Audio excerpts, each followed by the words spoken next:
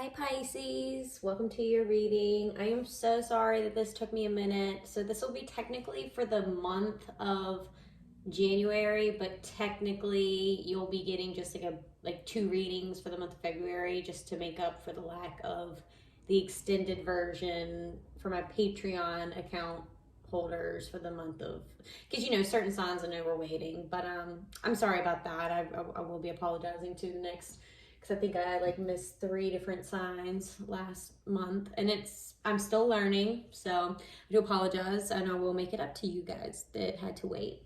But I love you, and we're going to go ahead and get started. Just for the sake of time, and for me to be able to stay on track with you guys. I'm so excited, Pisces, because my moon sign is in Pisces, and I'm sure I've said that a handful of times already. But it's just, it's the way that you perceive the world, your emotions, just how you, just how you, approach situations. That's your moon sign and how that influences who you are as a person. And so Pisces energy has always been very near and dear to me. But I choose the order of these signs at random. I have all of my signs in a bowl, and I have them written on a piece of paper. And I just let divine timing, work its magic, if you will. So, and I'm learning how to juggle both, all of my streams of income, and just things that I'm passionate about. I'm learning how to contribute to society, through these readings, but then also manage my income as well. And it's been a beautiful journey, I will say, Pisces. And maybe that's something that you're learning how to do as well. Maybe you're learning that being able to bring two or multiple separate parts of your life together to bring equilibrium is what's necessary, and it's going to bring a lot of happiness. It's going to bring a lot of stability. It's going to bring a lot of just overall joy, to a situation. So to your life, just learning how to balance all the things that make you happy, all of your interests, all of your, whether it's friends, hobbies, your career, your, what I mean? Whatever it is, just making your life your own and learning how to take all the things you love and making this experience here on earth, whether you believe in reincarnation or not, making this experience your own. You know what I mean? Beautifully and wonderfully made as your own.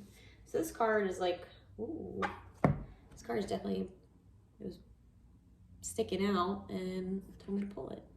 So we are in the Dream Sanctuary. Attend to the simple things. All right, let's see. Boop-a-doo. Not even gonna lie, I'm feeling a little rusty. It's been probably a week or 2 since I've done a reading. And I do apologize for that. It has just been so crazy on my end. All right, so it says, your sleep zone is your dream sanctuary, and yet you take it with you wherever you may roam. In fact, you are a dream sanctuary. You are a dreamer, and your presence provides a sanctuary for you and everyone who approaches you on the path of life. Your dream zone is in the orbit, or is the orbit in which you spin, dance, live, and love. Attend to the simple things to ensure harmonious flow in all your relationships, and you will sleep and awaken each day with a smile on your lips. Take inventory of anyone you need to forgive, or to whom you owe an amends. Identify the attachments and behaviors you'd be better off dropping and release them. Resolve clutter in your bedroom, around your nightstand, at home, and at work. Make room for success, happiness, prosperity, and brilliant ideas to swoop in and embrace you unencumbered. Dream symbol, bedroom. Your bedroom is the place in a house where the veil between worlds is the thinnest. It represents your ability to connect to both the physical and the metaphysical, to dreams and waking reality. Dreams of your bedroom often symbolize your most vulnerable, authentic, transparent, and sensual self. This dream may be of your hero's journey, so you can reemerge refreshed. Wow. I totally skipped a sentence. Bloop, bloop, bloop. It says, This dream may be a message to indulge in a much needed break from the intensity of your hero's journey so you can reemerge refreshed, invigorated, energized, awake, and ready to be the hero you came here to be. Wow. And it's interesting because, like, I'm always called, like, whenever I meditate, like, I always feel like meditating in my bedroom has always been the place that I've always just been most drawn to do it in. You know, whether that's that or my closet. I used to have a walk-in closet that I really enjoyed. I'm so glad to not live there because of circumstances, but like the closet itself for meditation purposes was just pretty clutch. But now I live in a much more positive situation and I can just meditate in my bedroom and it's really nice and I don't, yeah, anyways. So maybe that's something that you have to really take note of is, you know, I know a lot of people just really don't practice meditation, and even people who believe in the power of it or understand it or why people do it or why they should do it, sometimes the actual practice of it is not easy, and especially the consistency part. You know what I mean? So I get that and I understand because life feels busy. I mean, I don't even have kids and I can only, well, I have two fur babies, but like, and one is, you know, about to turn 1 year old, but she's a lab. So she just has like, and I think she's mixed with like Shepherd, like German Shepherd or Aussie Shepherd, some kind of Shepherd, some sort. So she's just got a ball of energy. So right now she has a lot. But you know, I can only imagine how busy it is with like children, you know, or other things like that. So, but here's the thing, like we can't pour from an empty cup. So when we learn to like honestly, if I'm having a moment of transparency, when I meditate nowadays, it's not necessarily like sometimes, yeah, like I want deep, profound wisdom to, you know, bestow itself upon me, right? But here lately, just in the chaos of life and, you know, figuring things out, whatever, you learn that meditation, for me, you know, when I set the intention, when I sit down and I'm like, okay, well, what do I want to achieve out of this meditation? Like, what's my intention for it? What's my ultimate goal? What do I most desire in this moment? And it's 99.9% of the time just peace, just to sit and to just be. And from the, just to take a break from the mental chaos, from the chaos of the physical world, from my jobs, you know, just like the different roles you play in your life. It's a second or moments, minutes, hopefully. I've been doing 20-minute meditations recently and they've just been flying by. I don't know, like it's like you just step into this time vortex. It's so weird, but it's a moment where I just feel peace and it's quiet and it's not just like quiet and it's like eerie and I don't want to be in that quietness. Like it's like I'm seeking that peace, I'm seeking that stillness because it feels so good sometimes to just be still. When the world moves just so fast all the time.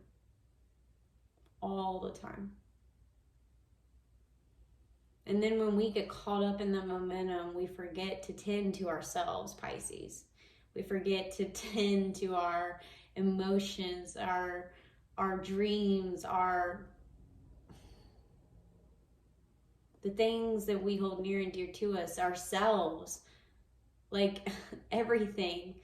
We just get caught up and we forget that there are things that we don't take the time to sit and even just sit with ourselves for that. Like, as silly as it might sound to some people, like when you really sit and do it and then you consistently do this practice and then you go without it or you start falling into a pattern of not doing it and then you start feeling how different, the contrast of how good you felt when you were meditating and you were doing all this spiritual stuff. I'm getting teary-eyed right now.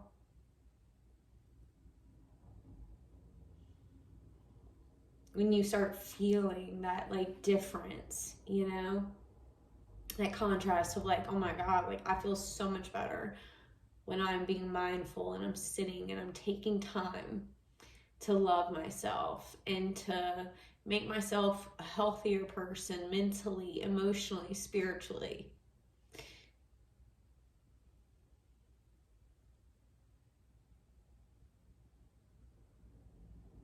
You know, it's one of those things that you can't really overlook it once you start once you start understanding the potency and the joy that you're able to experience, like the true depths of joy that you're able to experience when you really tend to your emotional body, your energy body.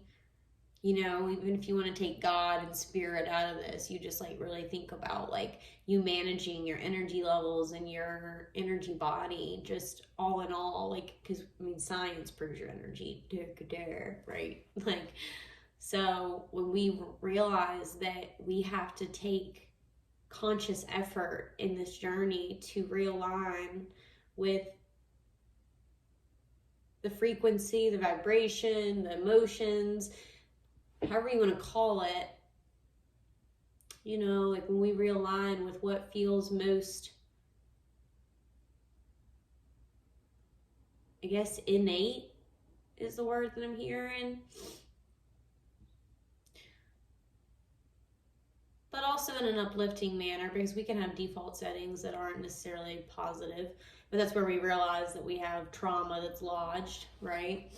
Or we have things that we need to tend to just within our emotional body that we might have thought we were over because it was so long ago, you don't think about it anymore, but then something happens that triggers, you know, that memory, and then you're brought right back to remembering, oh shit, that happened, right? And then you're like left thinking, oh man, like I gotta actually, that's a weed in my emotional garden that I didn't tend to a long time ago. And even though I was clever enough to be able to maybe, you know, somehow distract myself long enough for, you know, maybe years, months, however long it is, days, I was clever enough to be able to like look the other way or somehow, you know, keep myself busy enough to not tend to it. But now that weed is overgrown and it's going to continue to like rear its ugly head every once in a while. But here's the thing, like, wouldn't you rather just take care of it and like really like tend to that root of that weed and just get it out, and you know what I mean, instead of like just letting it like run on its own schedule and its own agenda? You taking conscious control of your energy body and who you are and the energy you carry and how you, because the energy body that you are, it directly influences everyone else that you come in contact with. And so you want to make sure that, you know, you're living with like, you're living in integrity, and you're living, because if you knew how essential it was, how important it was, even just your existence alone, if you understood how important it was for you to step into this, I don't want to say better version of yourself, but like this more heightened awareness, stepping into this more expanded state of consciousness, stepping into this more like, I don't know.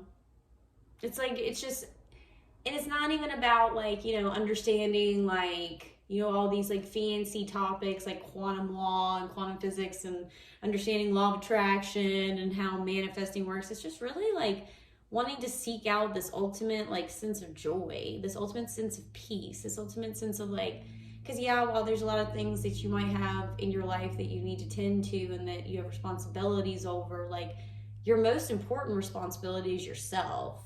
Whether you've tricked yourself along the way to believe something different, you cannot pour from an empty cup. So you might, even if you know what I mean? Like you can't serve others if you're not serving yourself in some way. And I don't mean in a selfish way.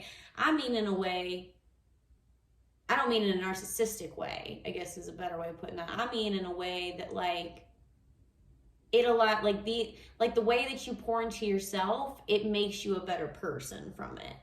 It makes you, pushes you to be a better person because you feel taken care of. You feel recharged, reinvigorated. You know what I mean? Like you feel like, you know, it's kind of like when you go to get like a massage of some sort and like you just feel like, you know, it's so nice to have someone else like tend to you, right? It's the same thing, but sometimes you have to learn how to give yourself that.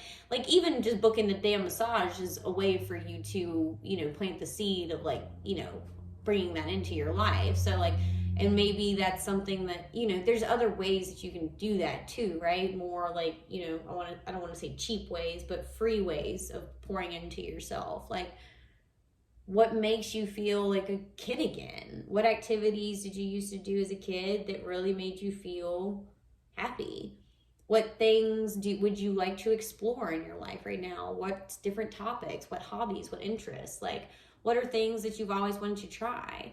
What are, you know what I mean? Like, and it, because I know with, you know, COVID 2021, 2020, everyone's, you know, I know funds are tight for everybody. So there's a lot of ways that you can freely pour into yourself, you know, if money's an issue. So there's really no excuse on how to love yourself and make yourself feel special. And because if you're the type of person that's always taking care of other people, well then you get lost in the sauce and you forget that you're also needing to be taken care of.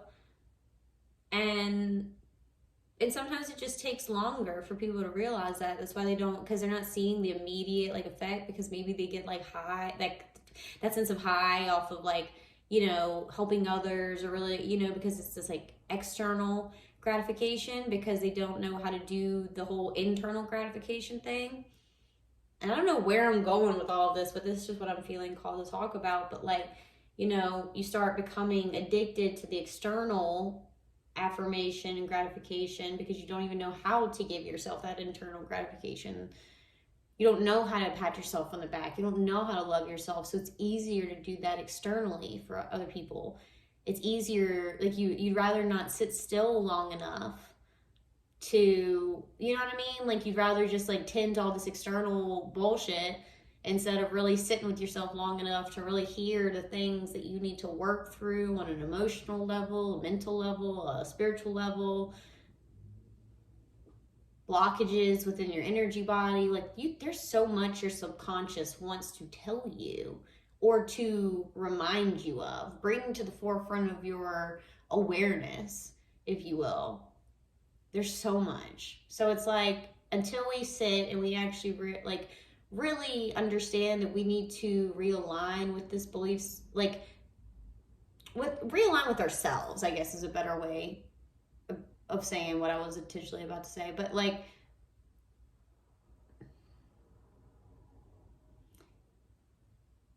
you just realizing that your joy is just as important as everyone else's is a very empowering moment. And while yes, it may shift a lot in your life because you'll start making choices from a different foundation, from a different perspective, when you start seeing like maybe you are a people pleaser, maybe you do give to situations that don't maybe energetically give, it's not an equal give and take, right? Like maybe you find yourself like attracting people in your life that just take, and that's what you, in a way, like even though yeah it might hurt you in some way, that's what you feel most comfortable with because that's what you energetically attract, or takers, because you're just such a giver, right? So there's a lot of ways that this not tending to your own needs, not tending to your spiritual needs, your emotional needs, your spiritual needs, your energetic needs, like you're so much more than just your career and your just this physical world. There's so much intangibleness to your reality that you need to be consciously aware of in order to really ascend throughout this life and to feel whole. Because like I said, it becomes an addiction to like always externally gratify everybody else except for yourself. And I don't mean from a materialistic standpoint, but just like never knowing how to fill your cup because you're always focused on how you can fill others' cups, however you say that, you know? All right, Pisces. Well, I'm actually gonna stop this here. We're gonna go into your extended. You know, I'm not even gonna lie. I'm really getting over. I haven't even been doing these readings that long. I'm kind of over the intro. If this message resonated with you, there is gonna be a link down. There's several links down below. One being the extended version, where we're gonna go into all of these other decks because I got a lot off this card just intuitively. So we're going to go ahead and head over there. So that link is going to be down below. If you feel called to donate to the channel, all those links are going to be down below. I do have social media. You can find me there. And if you have a hard time finding the description box, then I will also have a pinned comment with all of this information in there as well. So, Pisces, we're going to head on over to your extended. I hope you enjoyed this initial message. If this is where we part ways, I love you so much. And if you are heading over to Patreon, I will see you there. Love you. Bye.